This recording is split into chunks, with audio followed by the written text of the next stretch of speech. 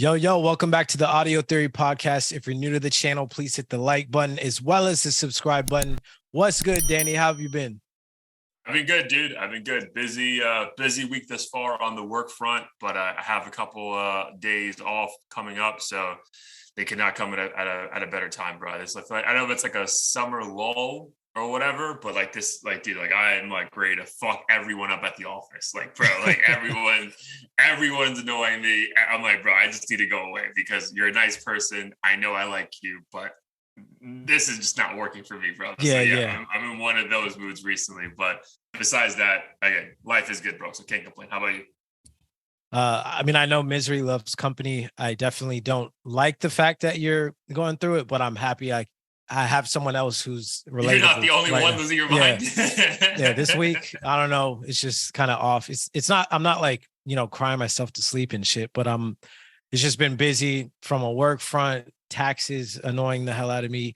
Because I have filed an extension and I'm finally getting around to it. And that's a headache. And then there's like some new roles at work that popped up that seem interesting, but they're like brand new. So the skeptical part of me is like, do I want to, potentially change something that's going pretty smooth and then potentially hate my life? Like, so that's the annoying thing that I typically don't like dealing with, getting presented an opportunity and then it could be either great or, horrible. So yeah, that, adds a little bit to the stress and then music making, like I've been back into that, but then kind of got frustrated because certain aspects of it didn't like pan out the way I wanted. So, again, kind of first world problems, but first world problems for sure, right? It's like when two people have great, like anyone would trade their careers with us. We're like, man, fuck these people. Right. And not to mention the DJ Mustard event wasn't quite as what I expected. Oh, bro, please. So now that we're online, like tell. So Blair had a fun weekend plan. So one was going to be celebrating your boy's birthday, and then but at a club, table, bottle service, and DJ Mustard was meant to be going crazy, right? Is that pretty much like the foundation of the story? Yeah, correct. And I was particularly excited because like 2 days before the event, he dropped a new single with J-Rock, Lotto, and Anderson .Paak. And I thought that song was fire. Like it was just a coincidence in my mind. I'm like, and then the divorce, him winning like the divorce battle in certain aspects. I'm like, this shit is just the universe is lining up for like the most epic show ever. Get ready. Yeah. Get ready for the best day of your life. Yeah. But, so like I went up early, hung out at my boy's apartment in the jacuzzi and stuff, basically trying to like prep myself, not drink, but like we go to dinner and we drink, but we keep it light. And I don't think any of us are drunk on the way over. We're like feeling good. But sure. I think we always forget, like, yeah, you're with 6-7 people or whatever in 2 bottles. But like, first of all, not everyone's going to be drinking at the same pace. And 2 bottles is a lot of fucking alcohol within 2 hours. So we're of course excited. We end up getting a table like way closer to the DJ stage. And then we're going ham on the shots and shit. And then, of course, like towards the end of the night, it gets murky. I lose my glasses. I was bragging the whole night about how, because they were like, oh, your glasses look so dope. And I'm like, yeah, guess how much these cost, blah, blah. They're super cheap. And I'm like, yo, they're cheap. And if I lose them, I don't care. Like, that's the benefit. Of course, I fucking lose it. And then I care. I'm like, I'm bragging about how I wouldn't care if I lost them. And then I fucking cared. But whatever. I got a replacement. It was cheap. But I think what was disappointing about the set is DJ Mustard's already like on the radio. Every DJ is already playing him. So it felt like I was just at any other DJ performance, if that makes sense. Yeah, it makes sense. And I'll tell you why it makes sense for me, but keep going. So like, remind me. So like, this was essentially like a DJing appearance at a nightclub, right? Correct. Got you. So like while you guys were there prior to Mustard, there was like another DJ just doing his thing, right? Correct. And then everything was meant to be a big deal once Mustard came on. Yep. And it wasn't really, it just didn't live up to the hype. Like we saw him walk through, he comes on stage and gets started, but like the crowd and him aren't like enthusiastically changing the vibe. It kind of felt like the old DJ could have just fucking stayed there and played the same songs. Mm. Damn. And it wasn't bad music. It felt like a very generic club experience. Yeah.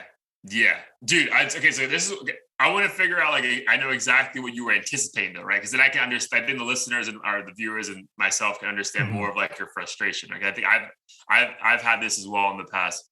So I think you're expecting once he gets on the turntables, wherever the fuck they use these days, he's gonna grab the mic, kind of check how the crowd's doing, work the crowd, and then just start obviously playing Mustard songs, but just also making it like almost like a live producer set, right?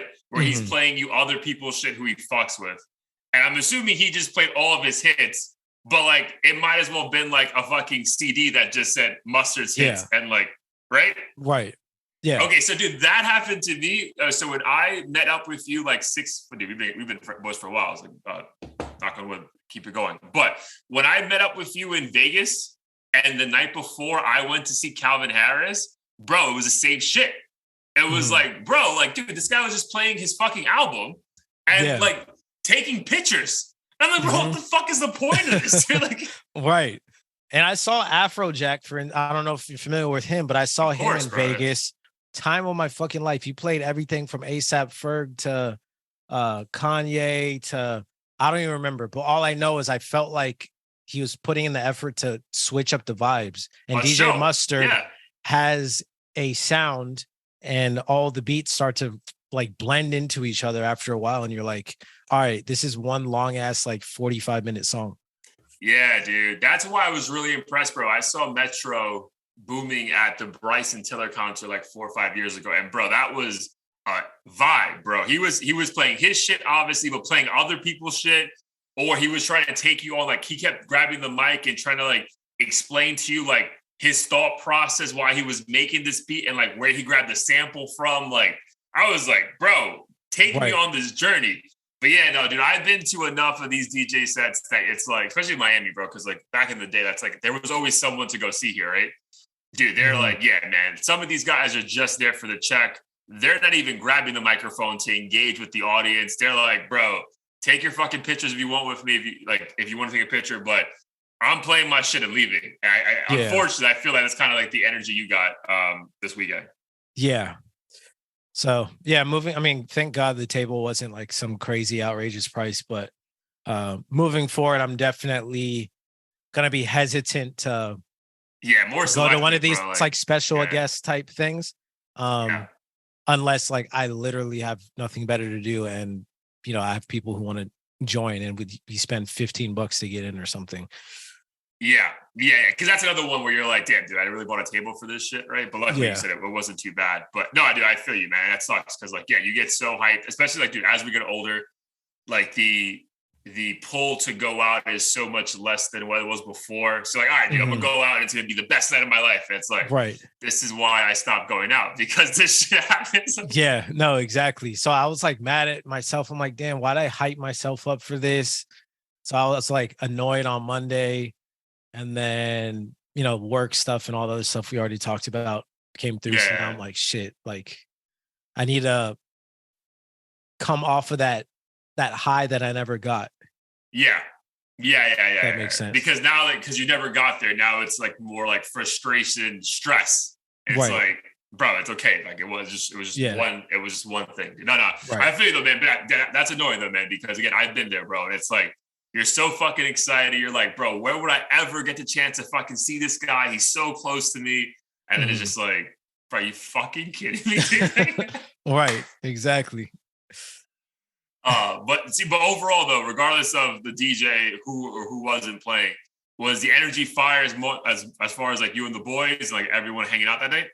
Yeah, energy was fire. We kicked it.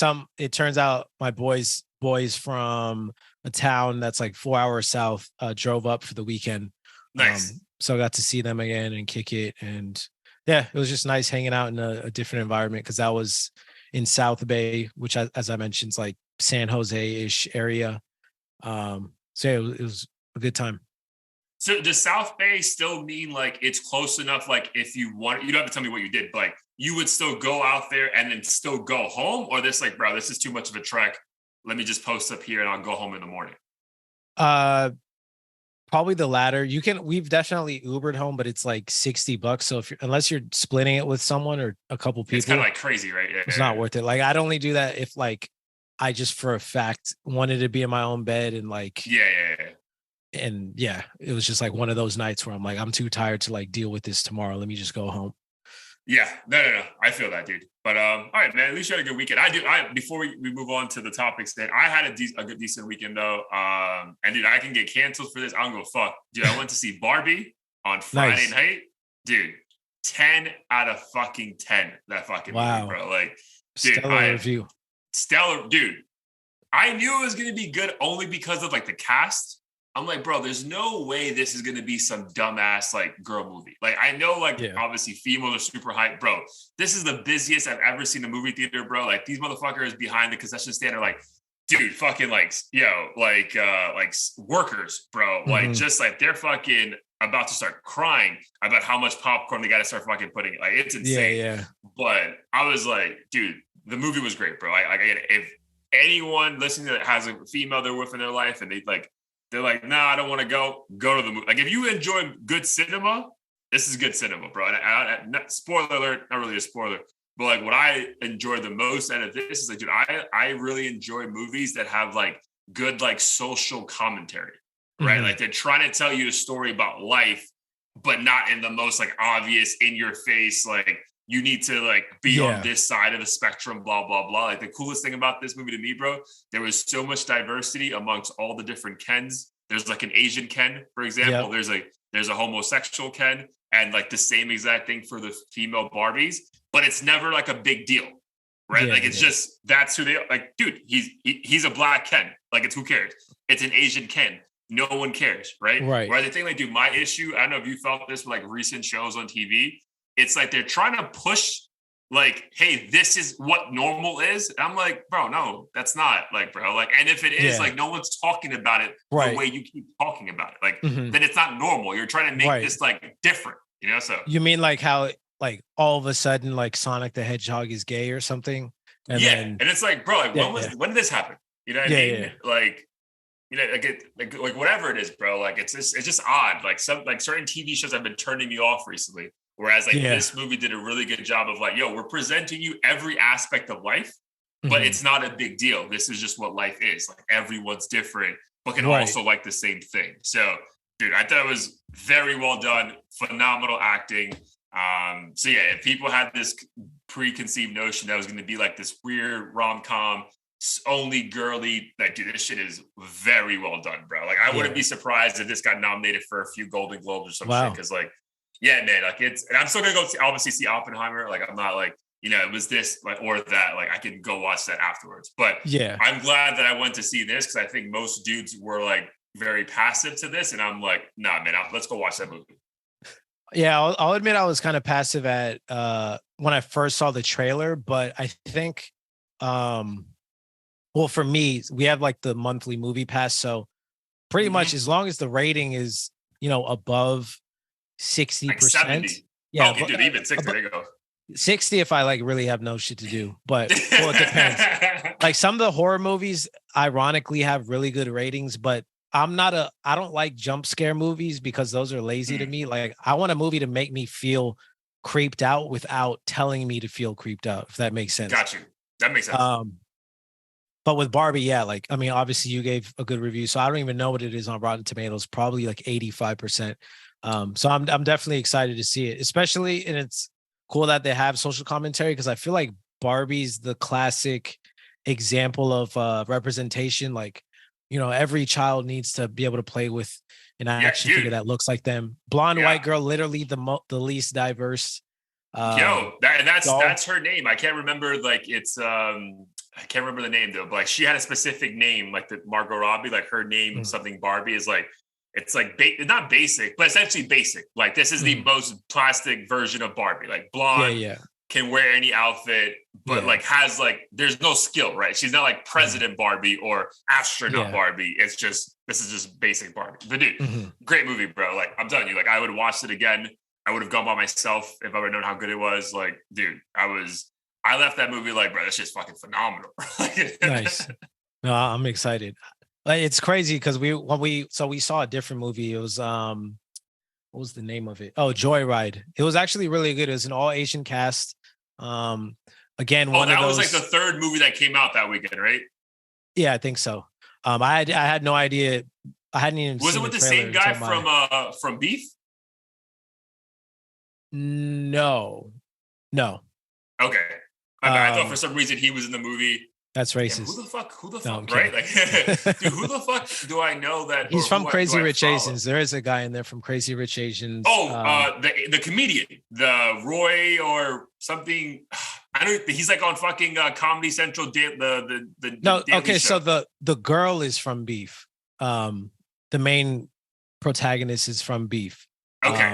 In terms of the men, you might be right. I'm not sure, to be honest, but I know it is like within the Asian community. I think the cast is pretty well known. Oh, I gotta find this guy's name now because I know for a fact this guy. But like, what do I type that's not racist? You know, like never mind. I don't find that. But yeah, I mean, it was a really good comedy. And one of those films where even though the cast was all Asian, they weren't, like. Especially with a lot of black movies, I hate to say it feels like the whole time they're just like pushing these crazy stereotypes and have no real storyline. Yes, this was pandering. Not it. Pandering and just like that shit. That's why I like Tyler Perry, like all respect to his billions, but some of those movies, I'm like, it makes me want to throw up, literally. Bro, because that's what I'm saying. Dude, I say that shit to like my girl all the time. I'm like, dog, like this isn't real, right? Like, like that they know that this isn't real. Right, because like as someone who's either around this culture or had family, like I'm like, bro, like who do you know that acts like this? You know what I mean? Like, bro, like get the fuck out of here. No one you know of that background acts like that, unless it's like the most fucking like insane pandering stereotype that will get like the non-demographic to like, oh, see, I told you they're so funny and loud and ha ha ha. It's like, bro, that's not real, dude. Right. Like, no, it's fucking hilarious. Now that I think about it, I just realized I watched a very similar movie, but it was called The Blackening. I don't know if you've seen that. That's another comedy, but that's a comedy / horror. Have you seen the trailer? No. Is it new? So it's new. It came out like 3 weeks ago, maybe. The Blackening. No, I've never seen that. So the premise is like a horror spoof, like it's a scary movie kind of thing. Yes. But it also has like a social commentary piece, but it's mostly comedic, not as horror. But the premise is there's a college reunion at an Airbnb, a bunch of different black folks, and there's this game. It's kind of like Saw. I've seen the trailer. Yeah. And they basically they try to determine who's the blackest. Otherwise, they like die if they don't answer the riddles. It becomes like a Saw. Yeah, like it becomes like Saw. Yeah. And the reason why I loved it so much is every character fits a specific black stereotype. And I won't give away like the ending and everything, but it really did, even though it was funny, it really did make me think about how like people really try to, fit people into these boxes. And similar in the Asian film, it wasn't quite on that same theme, but every character in the Asian movie also kind of fit a different stereotype. Was a certain stereotype that people like outside the Asian community think of like an Asian, like off the top of their head, right? Yeah. And it's kind of sad that like, for instance, with Asians, you got to incorporate, an Asian who's doing, bad shit or being loud and crazy to be like, look, there's this as well. Or in the black community, you got to show like the nerdiest, conservative, whatever person. Yeah. And be like, look, this exists as well. It seems like with other races, you have to like show so many extremes. Whereas with white people, I mean, maybe it's a little bit different now, but they kind of get the benefit of the doubt of you don't know like what they're into. They might be into hip hop, they might like this, like they don't have to deal with that kind of nonsense as much. Yeah, we've had episodes about that in the past, right? It's like you said someone said to you like in the office, "Oh wow, I didn't know you were black." It's like, oh, fuck, right? Yeah, exactly. Yeah, no, dude, trust me, but I'm glad you said that shit about the Tyler Perry movies. Because again, I know this guy is worth $1 gazillion, and whatever he's doing to amass his millions is the right thing to do for him. But bro, like, there's no way that like people are watching these movies and are like, bro, this is a true indication of what Black culture is. Like, bro, Right. and maybe I'm not allowed to say that shit, and I'll let you fucking tell me I'm wrong or not. But bro, like, there's no fucking way, dude. Like, there's Right. no way, because I feel like shit like that also sets back Black culture. You know what I mean? It's like, bro, like, how, like, again, I know you're a billionaire, right? And Right. you're a good film writer and you can produce these films and have a massive production company, blah, blah, blah, blah, blah. But bro, the shit you put out isn't a true reflection of that. So like, Right. the borderline person who doesn't really know what's going on, and now this is their sole depiction of what an African-American family looks like. I'm Right. like, bro, like, I feel like that has consequences that like no one ever truly touches upon. I feel like Spike Lee shit on him once. He's like, bro, like, I would never sit through a fucking Tyler Perry movie. Like, you fucking, like, he set us back however many years. But Right. yeah, man, it's just wild. So I'm glad you, because I get that feeling too, bro. There's certain shows I'm like, bro, like, one, this acting is horrendous, right? And then two, I'm like, bro, like, this is like pandering to like the worst part that people don't really even try to like talk about, like, in certain cultures. When I say something like, dude, there's certain like shows about like Hispanics and Dominicans or biracial people. I'm just like, bro, like, dude, like, no, that's not a thing, dude. Like, that's why, dude, I hated that movie, The Heights, bro. One, I hate musicals, right? But like, that movie's about like a Dominican culture in Manhattan. And I'm like, bro, that's not it. Bro, I don't know who the fuck you interviewed for this movie, but that's not it, right? So like, those kind of movies that they want to do their own version of social commentary, I'm like, bro, you got to do right by the culture, bro, because this is not what we should be pushing. Like, this is what it really is. Right. I mean, I think that I definitely agree with those points. And I think the tricky thing is, like, with the Tyler Perry stuff, like, there are for sure families or people that act that way or talk that way. But my issue is, do we need 50 different movies reinforcing the same family? That's why I like Jordan Peele and all his films, because the Black people in those are unique and they're still Black. They're not like trying to be anything else. Like, I think in the last one, that the alien theme one, they had like a ranch. Like, most people don't think of Black people owning horses and shit. They were ranch, and they were like stunt men for like animals and shit. Right, like, exactly. Dude, you think that's like, the whitest thing on the planet? If you didn't know. Yeah, 100%, bro. Like, I'm like, oh, that's first of all, I didn't know that was a thing. And then let alone, like, if it was a thing, I'm thinking a white guy's doing that kind of thing, you know what I mean? So like, that was dope, bro. 100%. Like, I mean, that's why I think you and I both fuck with like Tyler and like Yachty and like these guys, Ocean, who will do different things, and it doesn't have to be quote unquote like what the culture expects. It's like, bro, just do whatever the fuck you want. You know what I mean? So it's your point. Like, yeah, I agree with you. There are obviously like, all the shows that Tyler Perry had, like Meet the Browns, obviously we all know a family like that. But bro, not every family's like that, bro. And now you have like 14 different movies and shows that it's all the same shit. And it's like, bro, like, we get it, bro. Every family has a Medea, all right? But dude, come on, man. Like, give us something else. Give us some variety. Because now you're making it seem that this is just what that culture is. I'm like, I don't think that's fair. Right. And that's why it's funny. You say Joyride is fire because like, they present it, but it's not too like pushing it on you. Yeah, I think because for the most part, everyone's Asian, so it doesn't leave room to like have corny, let me make this Asian joke. And there are instances where they do that, but it's genuinely like funny and unique. It's not like a easy, like low hanging fruit to, you know, make a ching chong joke or some shit like. Yeah. Or you're good at math, kind of. Yeah, some stupid shit like that. So I recommend it as well as The Blackening. I think they're both funny. So I don't know if they're in theaters. No, dude, honestly, dude, we actually spoke about you and your girl when we were at the theater because we're like, bro, man, we forget it. Again, I think we forget personally, again, first world problems. I personally forget about how good it is because, like, dude, I have like a similar theater set up at home, right? So I'm like, bro, like if the movie's semi-fire, like I just watch it at home, you know? But dude, there is something cool about being at the theater, getting the fucking refreshment popcorn and the refreshment soda and just sitting down and like chilling. So like I think we're gonna look into the AMC stub, dude, because dude, it's again, what is it, $25 for the month? I think it might at most it might be 20 still, but I just know like see two movies a month and it's already paid for. That's what I'm saying, dude. Yeah, and if anything, we could start bringing in candy like back in the day, and like just get a drink. But yeah, man. So but yeah, I would recommend. I'm gonna go peep those movies, and I definitely recommend anyone who hasn't seen Barbie yet go see that, man. But let's get to it, man. Episode 149 about to start officially. Episode 148, The Road to Utopia, is currently up now on all platforms. Speaking of Utopia, officially dropping confirmation today on July 26th that the album is dropping on the 28th. As we predicted here before. So good to know that we were right and we kind of read all the tea leaves accurately. But what is confirmed now, and I want to get your thoughts on this, that the show in Egypt is officially being canceled 2 days prior to it happening. So what are your thoughts on that debacle?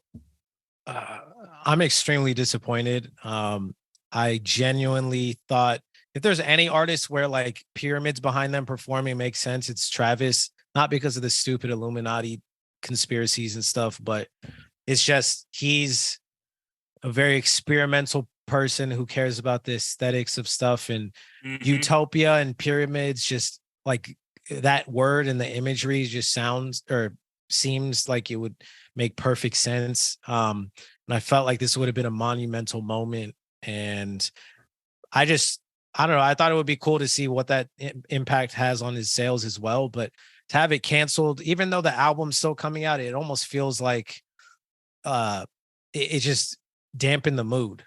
Yeah. It does dampen the mood, man. It kind of already has like a little sour taste for the experience, right? Because one, for us visually watching it on our devices on Thursday midnight or Friday, whatever. But dude, also the simple fact of like, yo, what if you actually paid for this shit? You know what I mean? Like what? Dude, I think they announced this like 3 weeks ago, right? 3 or 4 weeks. Yeah, 3 weeks ago, I believe. So, bro, I mean, I can imagine, dude. A flight to Europe isn't cheap. A flight to Egypt can't be cheap. You know, that part of Africa from the States can't be cheap. Accommodations can't be cheap. The show definitely wasn't cheap. I know they're refunding you, but bro, like, dude, if I'm like a diehard Travis fan and I just dropped, dude, $3,000-$4,000 this once in a lifetime experience, bro, I'm fucking irate, dog. Like, I hope they love Egyptian history because they better love being at the fucking pyramids. Yeah, you got to just stay, right? You have to just obviously stay and make the most of it, man. So I think from that, I feel bad for the fans, like the diehard fans who are going to be out there. But I do think they're going to still end up doing something. There was rumors of shit popping up in Vegas and like, you know, I mean, that still may have like the same desert Grand Canyon vibes if like what I'm deciphering from certain posts is accurate. So they're still going to do something, which again, I think will still be a fire experience. But I do feel bad for the aesthetics of like what it could have been, right? Because I think all of us were already imagining like, bro, this is going to be the lights jumping off from the different pyramids, his shadow on that. Visually, it was going to be like a movie almost. So it's kind of shitty that we're not going to get to have that. But also, most important, the people who actually paid to go do that. Like, yes, you might get refunded for the event, but bro, that's probably the least expensive thing of all the costs you endured to go out there. Yeah. I mean, I definitely feel like there should have been some sort of contingency plan. I can't imagine that at the last minute they would figure out like, oh shit, we didn't bring one of the cords to the speakers, like we're fucked. I feel like they should have definitely planned well in advance for this enough to the point where he's gonna do something still, but not maybe as epic. Yeah. Oh, but saying like still have it in Egypt. I don't even know if it's necessarily in Egypt, but like, if this doesn't work out, like, maybe this venue is available, or if it is in Egypt, maybe it's not at the pyramids, but some other big ass stadium or something where you can maybe see them or some shit. Yeah. Yeah. But again, it coming out 2 days prior is what's crazy to me. Like the official statement, you know what I mean? Like, because again, there was rumors last week. There was rumors that it's a go, but for it to be officially by Live Nation saying it's not happening, I'm like, dog, like it can't be 2 days before, bro. Like that, this has to be done. Because I'm telling you, like if whoever was going was flying in now, you know, like they're not flying in the week prior. They're flying in today. So now, like you land to that news, I'd be like, bro, let's get the fuck out of here. What are we doing? Damn, especially a flight like that. That shit's like a 24-hour trip. Yo, especially someone coming from like where you're at, bro. Oh no, dude, a day and a half to get there. No, I'm staying there for a month if that's the case. Yeah. One way, dog. Yeah. Oh man. But again, I'm so excited. It's still gonna be a movie. I know he actually put out a movie that comes out tomorrow. So this guy is like literally like, I guess I know there's So no this is like a 2-hour film? apparently. That's random. I mean, I heard about this, but I'm like, is this a film or is this just one of those like short little movies as like a promotional type thing? But it sounds like this is like unrelated to Utopia, correct? Like at least as I think far it's as unrelated. I don't think the storylines overlap at all, besides Travis Scott is just the producer, writer, and director of it. got it. Well, hopefully So it's again, nothing like The Weeknd's acting skills, because that shit will also put a damper on the movie. dude, I saw, I think Gino was watching the first episode and I saw like glimpses of it and I was just like, this ain't it, dog. This ain't it. Like, no matter how hot the main lead is and just, you know, like weird shit they'll do, but you're like, bro, this, I don't feel comfortable watching this. Yeah. Like, this is a very odd thing. But speaking of The Weeknd, the K-pop song now has been out for a few days. So that's the lead single, to remind everyone, of the Utopia album with obviously Travis, Bad Bunny, and The Weeknd. So what are your thoughts now, 5 days after the release of the video as well? So 5 days after the release, I can confidently say that I love the song. Okay. At first, I was underwhelmed just because, I mean, before we even heard the song, I vividly remember saying, I know he's going to tap into Bad Bunny's talent, but I'm pretty sure the song won't sound like some generic reggaeton stuff or whatever. So when I first heard the song, I'm like, damn, it kind of does sound like a generic Bad Bunny song. You know, Travis didn't really have a whole lot of input himself. And the song kind of just felt like a long, drawn out, monotonous commercial banger for the radio. And I was like, well, if that's the case, then Utopia might not be this groundbreaking album that I thought it would become. But I think it was when the video came out and also Video's playing fire. it. Video's fire. Yeah, video's fire. I also played it in my car, so just like more surround sound to experience it. And now I think I've fallen in love with it. I would say it's mostly due to The Weeknd's part. I think just the way his vocals, begin to rise towards the end of the verse, as well as the instrumentation and everything, is just super dope. Especially in the video, it like enhances it, like when his parts on, and they're on that weird ass like Alice in Wonderland looking place in somewhere in Europe, I think. Yeah. But yeah, I think I appreciated it. And then on top of that, I heard that this may not even be on Utopia. So then I have it kind of Oh, really? well, so Travis went on radio and was like, I just dropped, this for the fans, like in anticipation of Utopia. And that's when we get to the rawness. And to me, that either means it's not going to be on it, or this is just like a scheme to, get international listeners and build buzz with the 3 names on it and stuff. But like this shit shouldn't be considered anywhere close to Sound the of best. Utopia. Yeah, Right. or the Almost sound like of it. what Kendrick did, right? With the 5 Right. hearts or whatever. So I think the context sucks, or it sucks that the context would influence how you would like a song, right? Like if this shit was some random summer banger, no one would be complaining. But if you're like, what? This is on Utopia. We've been waiting 5 years for this. Like, fuck you. Like, yeah, I do think that's a very convenient comment to make when I feel like the initial feedback wasn't great. You know what I mean? Like, I think that's a very convenient approach.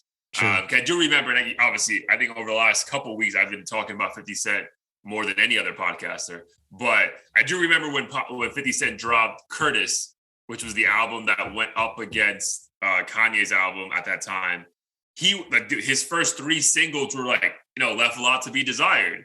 And then he had like a spin on it that was like, well, I didn't want to overwhelm these guys with too many hits. So like I gave you that song, straight to the money, and then this. Yeah. I'm like, no, the fuck you didn't, bro. Like no one, that logic does not make sense, bro. If you have heat, you fucking put the heat up, right? Yeah. So back to this though, man. So I would say this.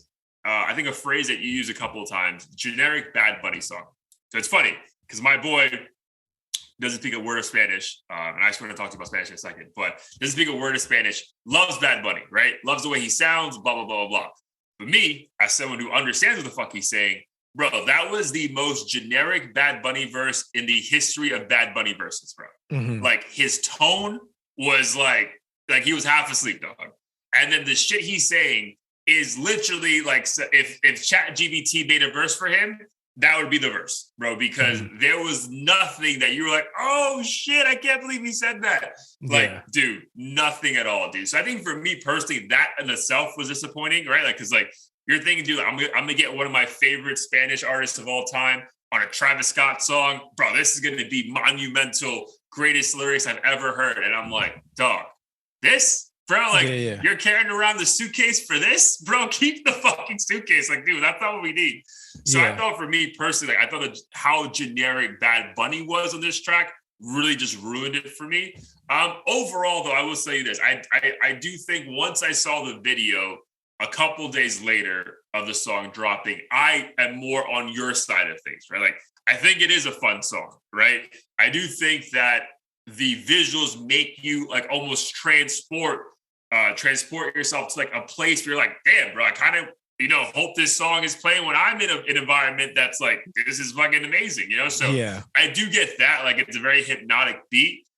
And I also understand that artists are allowed to evolve, right? Like, we think of Travis as rager, losing his fucking mind, give me a mosh pit. And then in this song, he's literally doing like salsa dancing, cha-cha-chaing around. And we're like, oh, okay. Like, so you're just giving us something different, right? So there's something different, the fun beat. The Weeknd did a great job. I understand how people will enjoy this song, right? But if I have to like say like, do I love this song? I'm gonna say I still don't, though, right? Because I'm still, okay, maybe I need to like reprogram my brain. I do go to Travis for a specific kind of music, right? And it's not because he dropped one album and now we're making a pivot. He's given us, 3 albums that's his sound, right? So now when the lead single of your new album is this completely different sound, I'm like, bro, like, it's not bad, but that's not why I'm here. That's not why I bought my tickets to go see DJ Mustard, right? Like, you're playing I get it, but this is not what I'm here for. So that's like the only reservation I currently have on that track. Cause I'm like, dude, I know it's not bad. I'm enjoying it. I'm bopping my head, slapping my knee a little bit, but I'm like, dude, I'm still trying to like tell my brain that even though this is not what I'm looking for, it's okay to like it, kind of a thing. Yeah, I could see that for sure. I will admit I was excited when Bad Bunny started and he said "Hace tiempo no te veo." That's how he starts it, right? Then I got excited, but I didn't understand shit after that. Oh, he said something about he always says arrebatar, like snatch you up. Yep. Yeah. Like he said something about snatching her up on the beach or something without fucking. Well, I know he always says chingando. Like, so I'll fuck her right in the middle of the beach, right? But he said it so loud that you're like, oh, he's about to keep going in, and it's just like, dude, the lyrics after that are just such a fucking like, dude, basic, bro. Like, he's just rhyming words in Spanish for the sake of rhyming it, dude. So yeah, all those things are why I was like still like mid on the song, because I'm just like, bro, like, this is not why I was getting hyped for Utopia. Like, I miss the rage shit, bro. Like, it's been 5-6 years. Like, where is it, kind of a thing? Right. So I mean, I definitely will say, I mean, part of me was anticipating something as big as Sicko Mode. Obviously, this thing or this genre is like not or style isn't anywhere near that. And I keep thinking about how crazy it is that Sicko Mode can still be played today, and it won't feel like a throwback. No, even though bro, it's 5 years old or something. Timeless. Yeah, like 5 years old, right? 2018, yeah. Right. Whereas this, I don't see most people referring to this like a year from now.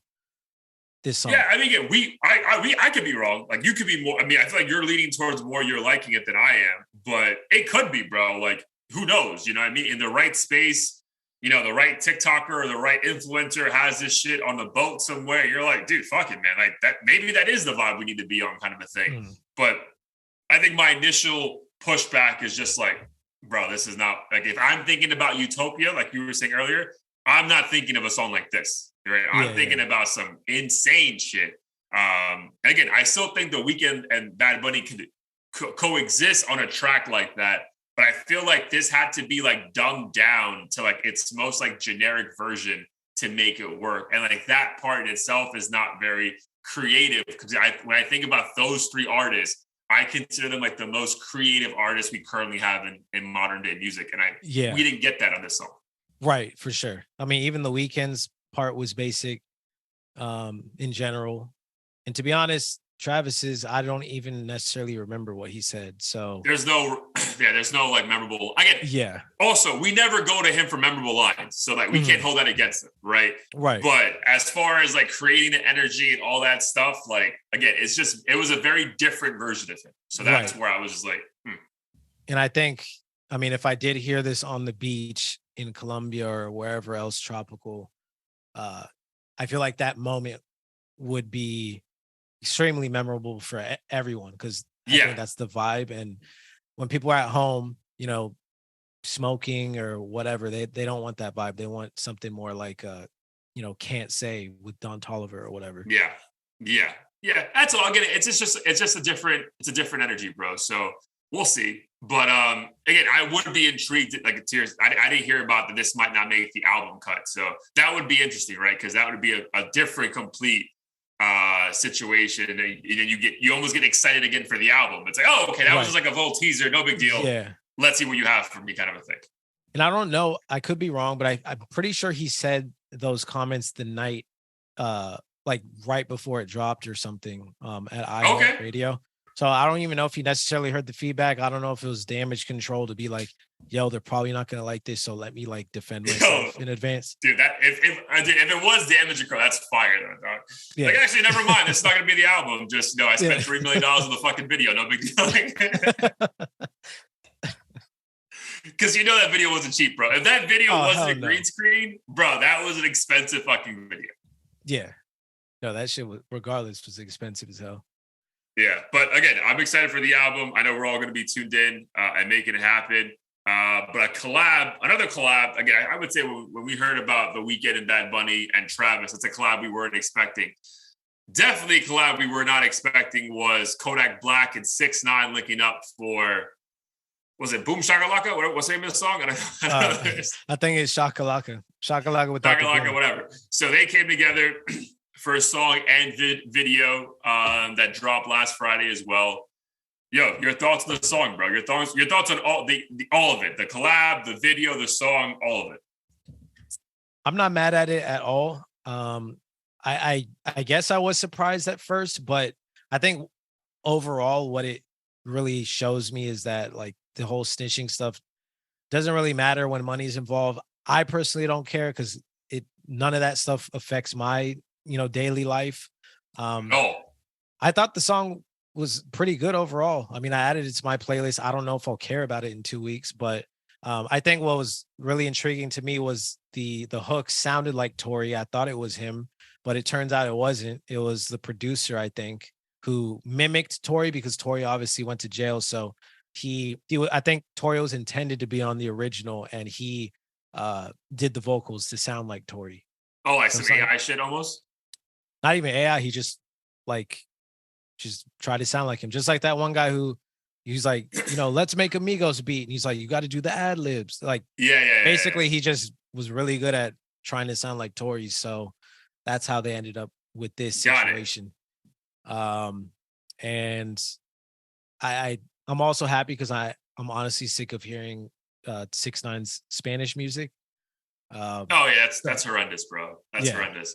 I will say this, man. I would say the producer, whoever the fuck, the imitation of, that was the best part of the song.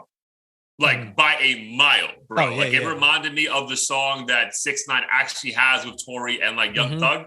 Like, bro, like I'm like, dude, I'm all for. I actually thought it was Tory, but because there's so much reference to shooting out of a car, he's like, bro, don't put me that song. Like, I can't do it. Like, I'm already in jail, blah, blah, blah. But dude, that is by far the best part of the song, because I mean, 6ix9ine is not saying anything we give a fuck about. The female rapper, which apparently is his girl. Yeah. Terrible. Old girl. Yeah. Terrible.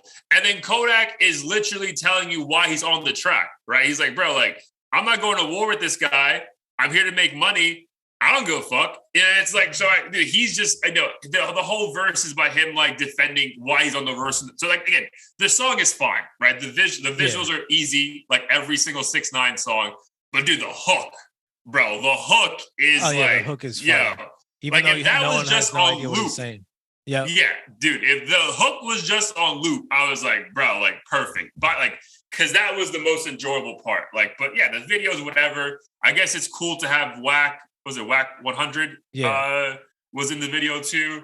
But dude, yeah, the female rapper was trash, and yeah, Kodak wasn't trying to say anything. I mean, it's a good cosign for 6ix9ine for sure. But I mean, the bigger point is like the social commentary of it is just like, yeah, bro, like this shit doesn't matter, bro. Like, dude, these guys are right. Like, you're making it sound these guys are like, who gives a fuck, bro? Like, do you enjoy the song, right? If you do, who gives a fuck if he allegedly snitched on people who had nothing to do with your life? And I think that was the overwhelming theme of the song, which again I also support.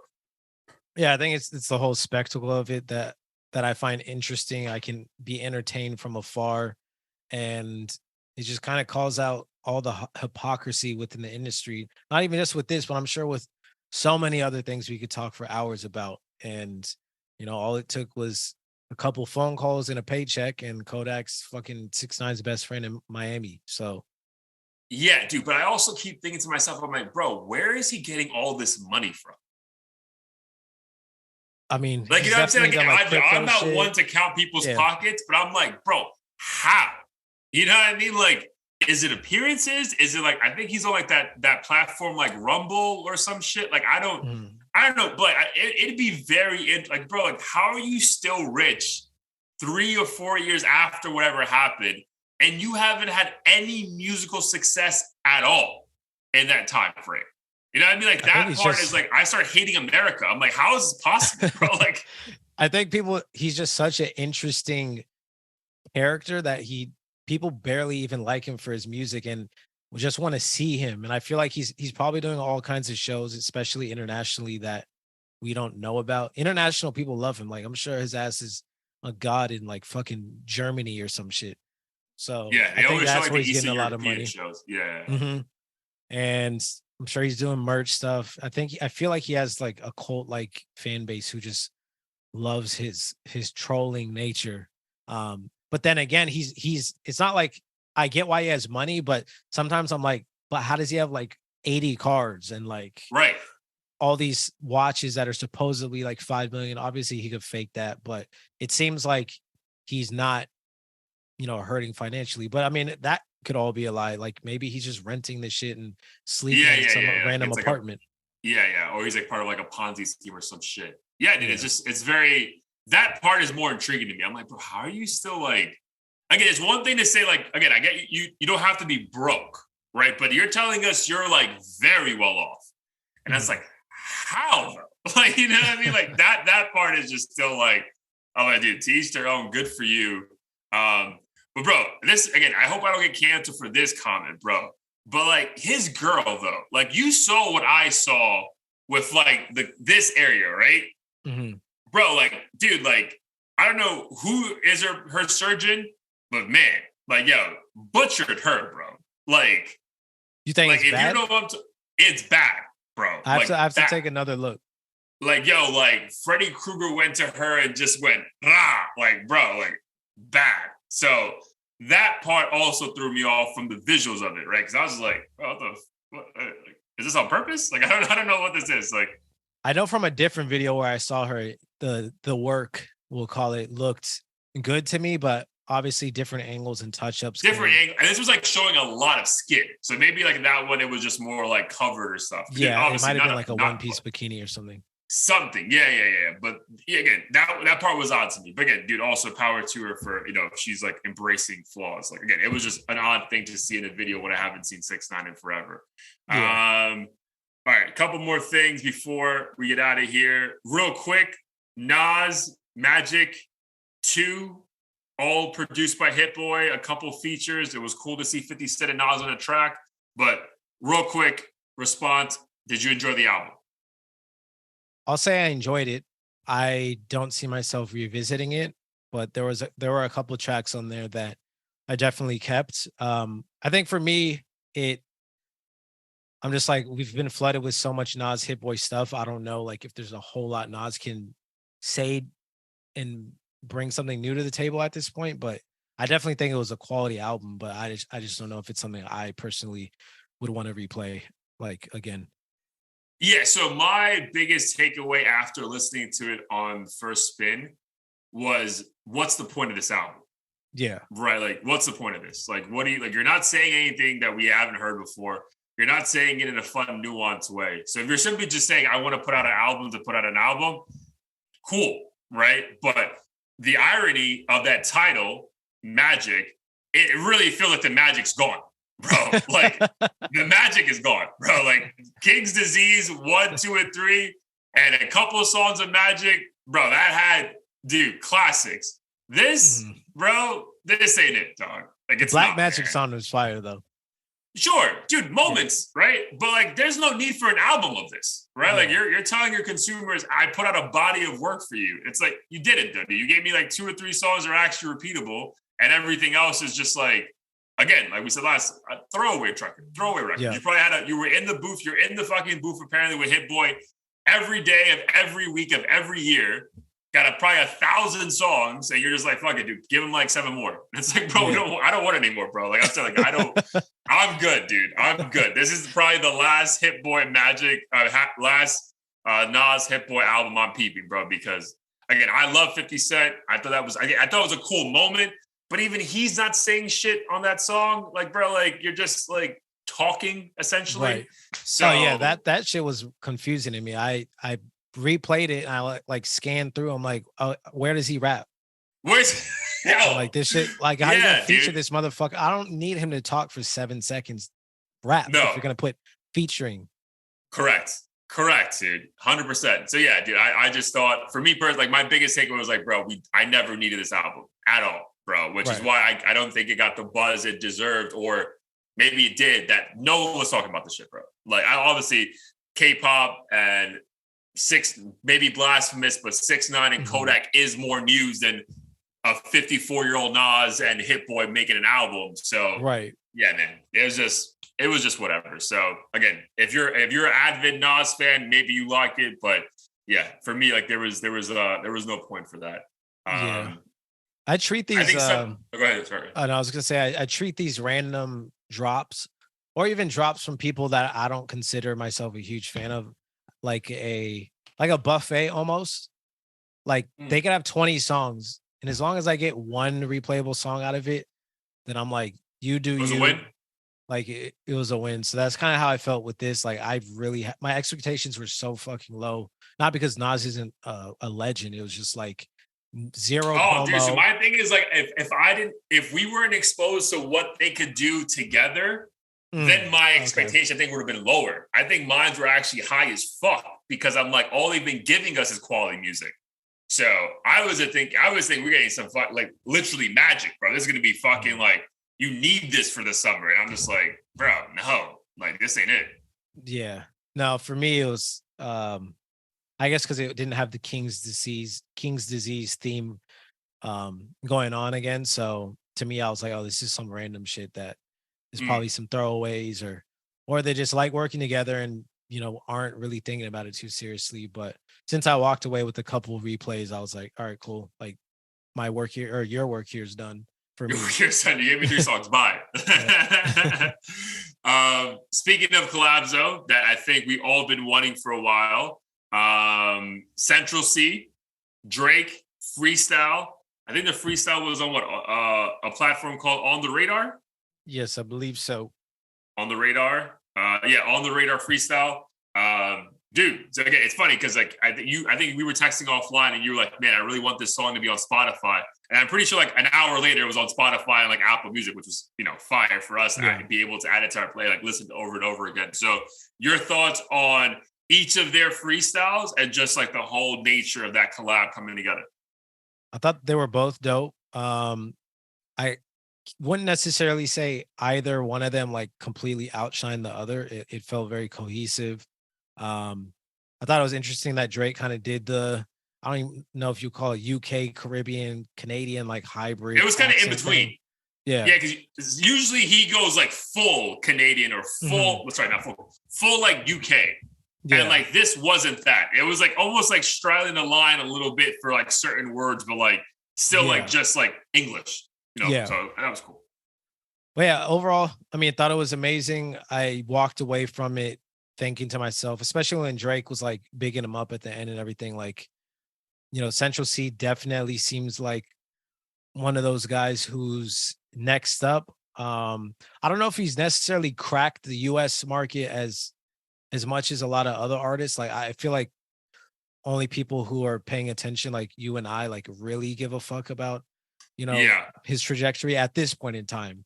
You know, he had his TikTok success and stuff, but I'm curious to see what else he does to really become mainstream in the US, because I can't think of any UK people who like unanimously successfully done it. Yeah, like they've had like, moments. Like Dave has moments, Skepta has moments, but it's not like, because at some point, like those artists become so big, you know, quote unquote, that they're no longer considered like an American. They're just like a pop star. Yeah. Right. Like Drake, right? Drake's not a Canadian rapper.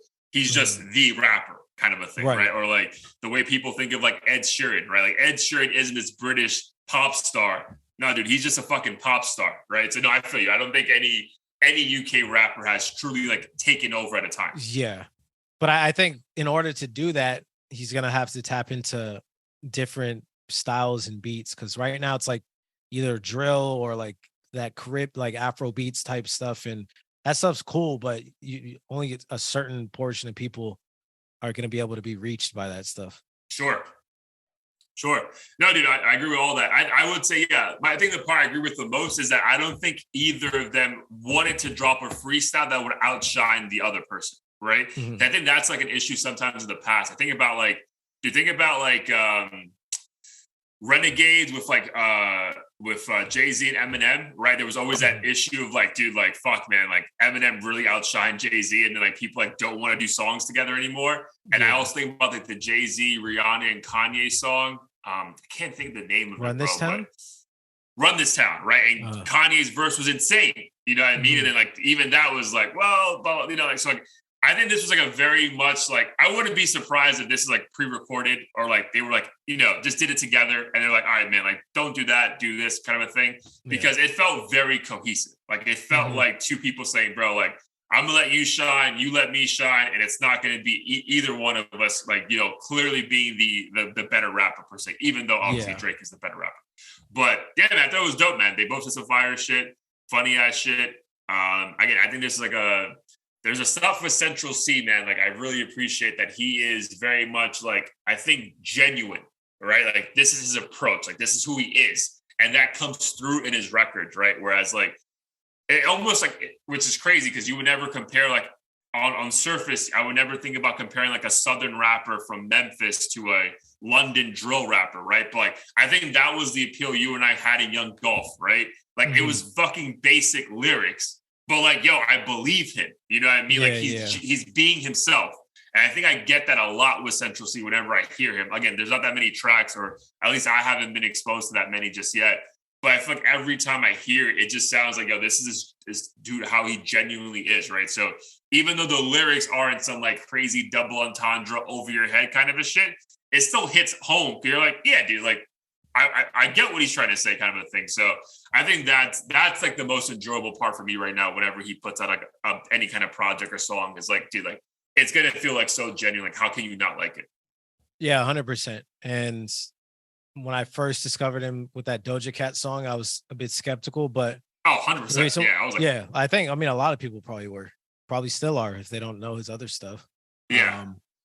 But after like looking at some interview clips and some of his less, or I guess more serious songs, I began to really appreciate his art. He's been making music forever. I think that's another thing that's kind of rare, or at least people seem to like hide their shit from way back in the day unless someone finds it. But I'm pretty sure I went to his YouTube, or maybe someone had posted an old video, but he's been rapping forever, like 15 years or whatever. And Also, That's very funny. I think talented he at that actually point. won an award recently. He was like, I think he won Best New Artist, and he's like, bro, I've been doing this forever, kind of a Yeah, thing. like genuinely, and that just makes you feel better to see someone who didn't have quote unquote overnight success make yeah, it, and then they're going to be around longer as well. Because I mean, granted, he did to some people's minds become successful overnight with the Doja Cat song, but I mean, he just got lucky with that. He's been at it for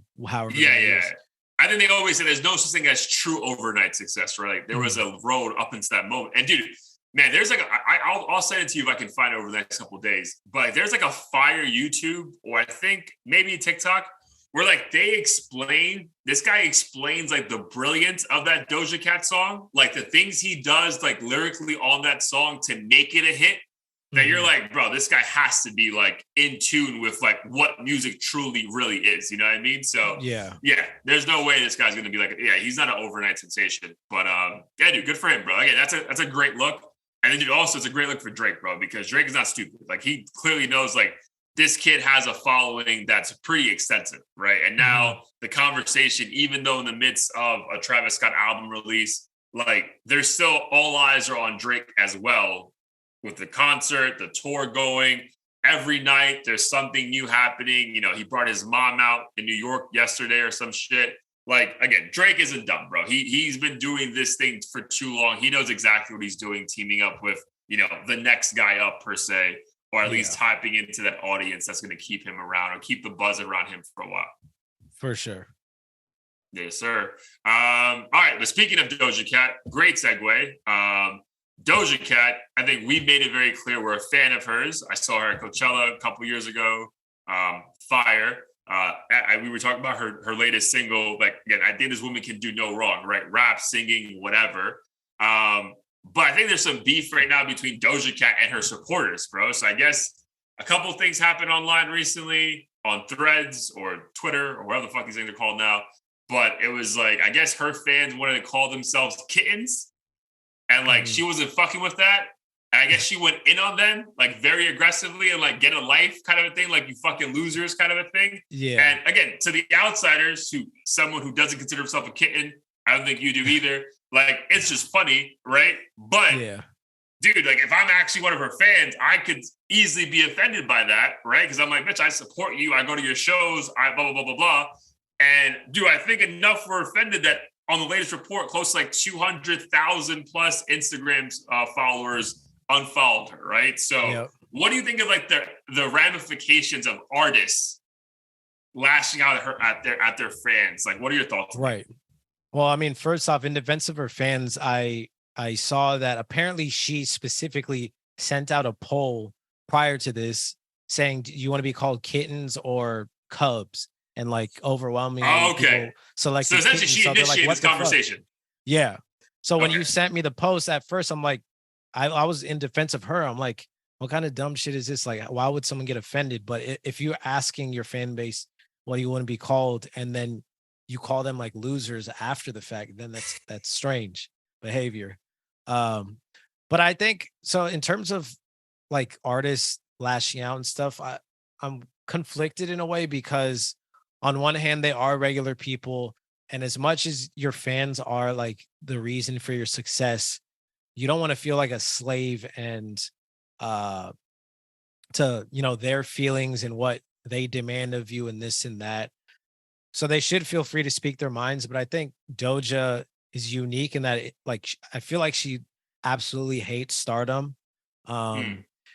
She's obviously a lot more eccentric or quote unquote weird, if you want to call her that.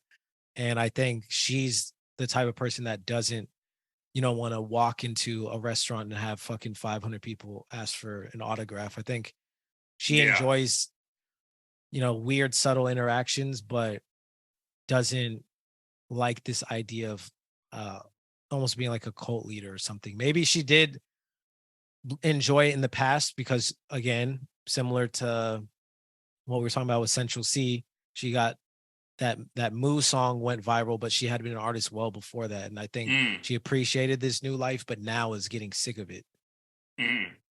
Yeah. So it's almost like a way for her to like self-sabotage, but like she wants to self-sabotage in a way. Like she's like, I'm kind of over it. kind of a thing. Yeah, unfortunately, I think that's human nature. I saw it in a movie, Annihilation. The theme was self-sabotage. Like for some reason, humans will, just fuck up everything that's going on for them because we have this weird, I don't know, desire to not like feel like we're deserving of the Mm. attention or happiness or something. I don't know.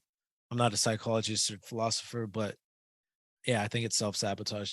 Yeah, yeah. But and it's interesting, bro, because again, you would think on surface she has everything that any pop star would want, right? Like global audience, demographics all over, everything, bro. Like, dude, I remember like her set at Coachella. Like, bro, you look on that crowd, it's everything, bro. It's Hispanic, Asian, Black, trans, gay, straight. It's Mhm. everything, right? So, like, dude, isn't that what anyone would want? So, dude, it's just, yeah, it is wild, man, when the fame becomes bigger than what you expected. Because I feel like that's the only explanation, right? Like, I don't think she generally doesn't fuck with the people who support her. I think it's Right, like, what can I do to fuck this up to a certain degree where I can just be away from it, but still put out my music without like giving a fuck what people say, right? So right, like maybe if I like shit on them, I don't have to worry about what they say about the music per se. right. And I think with someone at her level, like when it comes to fans, it's hard to distinguish who's a true fan or just likes you for the wrong reasons. Cause it's not like you have some fucking membership card that's like fan who actually supports you. Like Yeah, it yeah. could be a troll. Maybe it's just someone who likes fucking two songs commenting on her page. And when I'm sure through with all the good stuff that's being commented, there's people DMing her saying, kill herself, why'd you cut your hair? All kinds of shit. So I think a lot of these artists take the approach of like, fuck everybody. Like I'm not gonna pick Yeah. and choose, fucking anime lover 52's side over, basketball lover 83's because he said he loved me last week. Like I think that's Dude, I'm the laughing mindset they because have.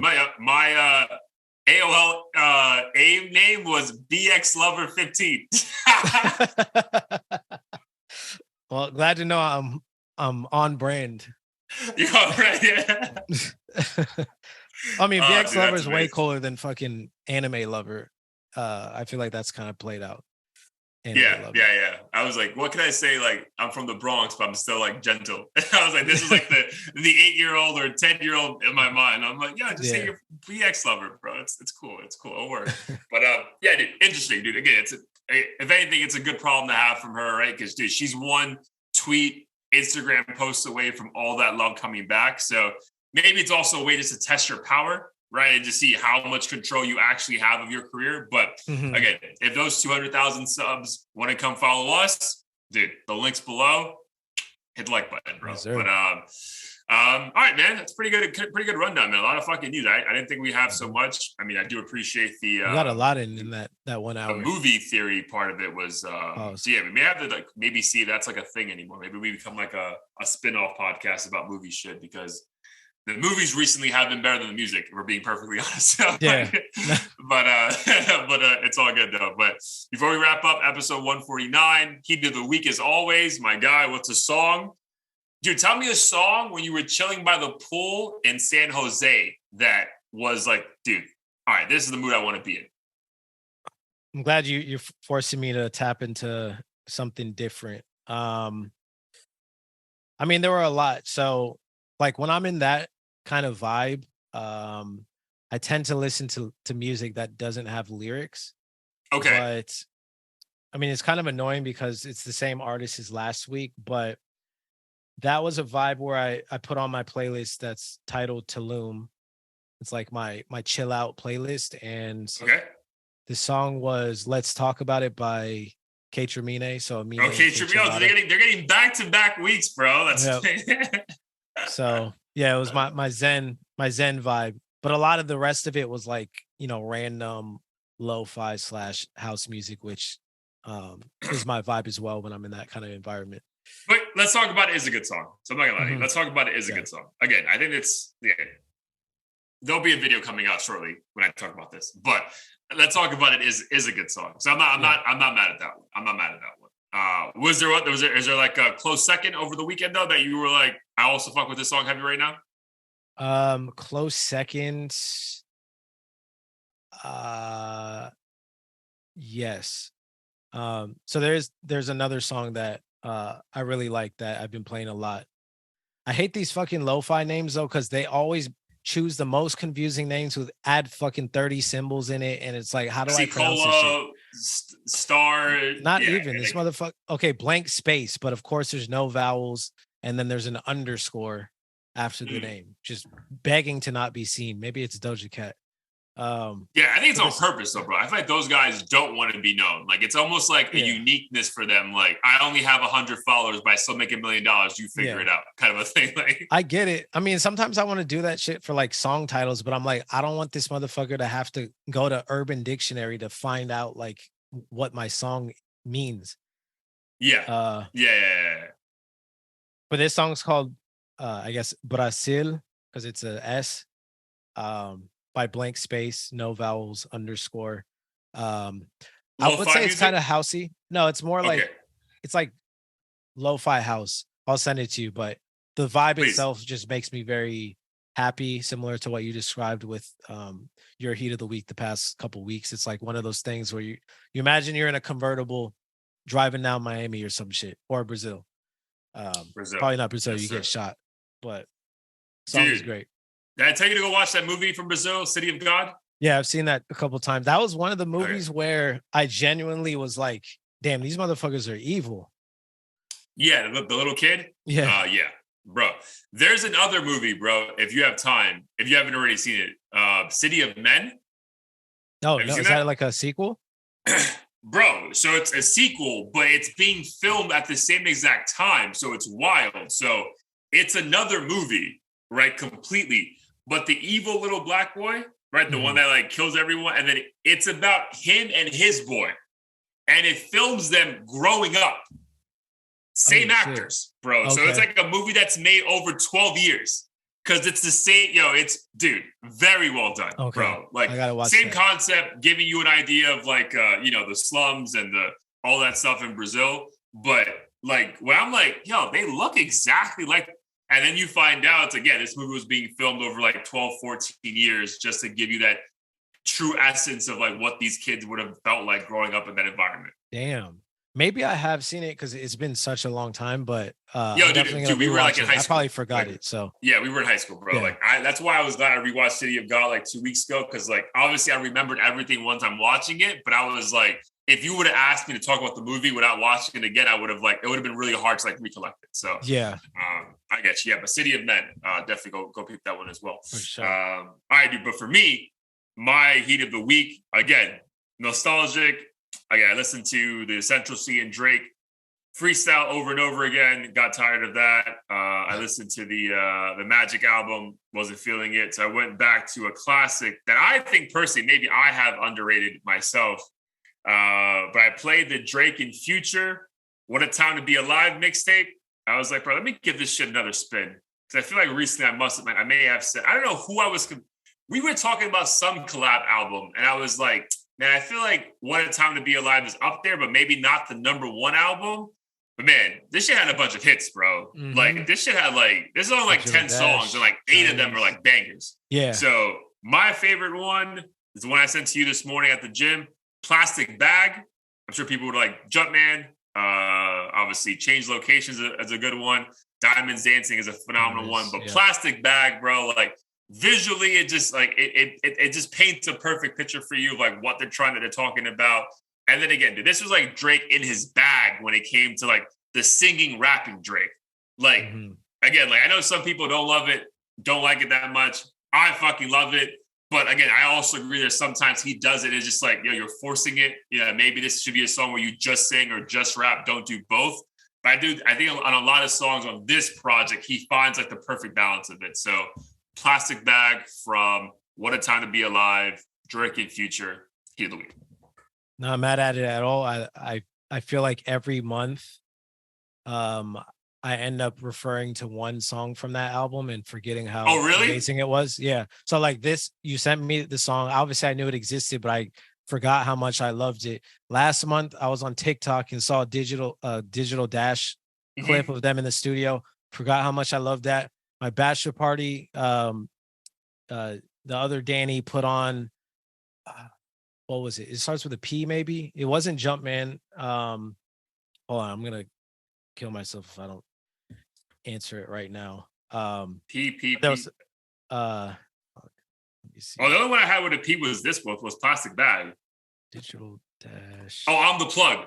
Yeah, I'm the Plug. He played that. Yeah. And I was just like, damn, like this album was amazing. Bro, and the album is literally 9 songs, bro. Right. But that's all you need. I'm telling you, like 8 are bangers, bro. Yeah. And I'm inclined to say that I think Drake and Future probably make a better duo than 21 Savage and Drake. Dude, that's what it was. I think I was comparing it to the Her Loss album, right? But yeah, dude, I don't know. That's tough. That's tough. Again, we got to give Her Loss more time to grow in us, right? And they're also the reason why it's almost like in hindsight, I will lean towards the Drake Future collab is because it's 9. What is there? Are there songs where they're by themselves? I feel like there are. I think there's might be one, but there's also moments where on the Her Loss album, it's like just one of them. And I'm just like, bro, like I want you guys, again, because the songs that they're together, it's so cohesive, right? I know they're in the studio together, right? And I'm like, dude, I kind of just want to have a collab album. Like every song is a collab, right? And that means you only give me 6 songs, that's fine. But like, I don't need a song with you by yourself like that. I can just go to your album for that. Exactly. No, I 100% agree with that. And yeah, I'm always a fan of, I think I just walk away feeling like I had a great, satisfying meal. Even if it's small, like at least I walked away and I'm like, I loved everything. I don't want fucking 30 plates of food. And I'm like, yeah, 7 were great, but you gave me all this other shit that I didn't really like. Yeah, and so that's my thing to bring, again, we'll put a pin in this episode in a second, but that was my thing about the Magic 2 album, right? Yes, there's like 1 or 2 songs, right? But I think both of us, I would just say this, I think this podcast is always eager for cohesive bodies of work, right? So like, if you're telling me I'm going to sit through an hour and 20 minutes of music, and at best, I'm going to be satisfied for 8 minutes, like that's a problem, dog. Right. You know what I mean? So it's really hard for me to walk away saying anything but something negative. So I'm like, bro, you just give me the single then, dude, or give me the 3 songs. You know what I mean? Like, don't give me 20, like, dude, like the Uzi thing, bro. Like, a couple people made a couple comments on the post. Obviously, keep posting on it, keep commenting on it. But I'm like, bro, don't tell me about one random fucking song when I gotta listen to 17 tracks to find it, bro. Yeah. And then on top of that, like half the shit sounds identical. So you're like, what? Why didn't you just condense this? Yeah, condense it, dude. And that's why, so shout out to Wes, why he mentioned, like, as of right now, he has no desire to put out an album. He's like, bro, I'm just gonna focus on one track until I feel the need to make a cohesive body of work. Because like, again, like, dude, what's the point, bro? Like the days of just giving us 14 tracks for the fuck of it. I'm like, I know it's still happening, right? Because it's a streaming game. But I'm like, bro, like, who's respecting that, bro? Like, if you're actually in this shit for the respect of like the art you're doing, there's no way you turn that shit in thinking like, yep, I killed it on this shit. Because like, there's no way, bro. Like, and that's what I think about. A great example of that is Certified Lover Boy, right? Like, I know in my heart of hearts, like, if you put a gun to his head, there's no way he actually felt all those songs were like, yep, this is my best body of work. It's like, bro, I got to put an album out. You'll find 4 or 5 songs you like, trust me, kind of a thing. But like, it's like, brother, just give me the 4 or 5 songs, bro. What are you mad at you? Yeah. No, I feel you on that. Hopefully Utopia, I feel like Utopia is going to be massive just because of the weight. There's probably going to be a lot of unreleased shit or shit that was released like 5 years ago, but he's going to add on because people like it enough. But yeah, I hope it's all quality for that one. Cause I'm going to be pissed if I sit through an hour and a half of shit and walk away with 20 minutes of stuff I like. Yeah, I feel very confident only because I know he's a perfectionist, right? I feel like he is an artist that's actually in charge of like, dude, that doesn't sound right. Fix that kind of a thing. As opposed to like, lyrics are done, bro. Yeah. Put it out kind of a shit. So, I'm excited for it. Again, we are taking at least a week hiatus, give ourselves time to ingest this album and truly take it all in. So the review you get from us, for those watching and listening, is not going to be prisoner of the moment. TikTok told me it's the greatest album of the world. That's why I'm telling you it's going to be like almost 10 days of actually listening. So when you hear the Audio Theory review, you're going to be like, yo, this is a legit review to trust. 100%. Cool. All right, my G, let people know what we got going on. Let's get the fuck out of here. Yes, sir. Check us out at audio-theory.com. New episode every week on all platforms. We also have the Spotify and Apple Music playlist up as well. So be sure to check out the new Heat of the Week selections. Otherwise, copy some merch if you're on YouTube down below. And be sure to like, subscribe, share, do everything you can to support the channel. Absolutely, bro. Hit the fucking like button. My dude, love you. Be safe. Love you too. Have a great rest of the week. Peace. Peace.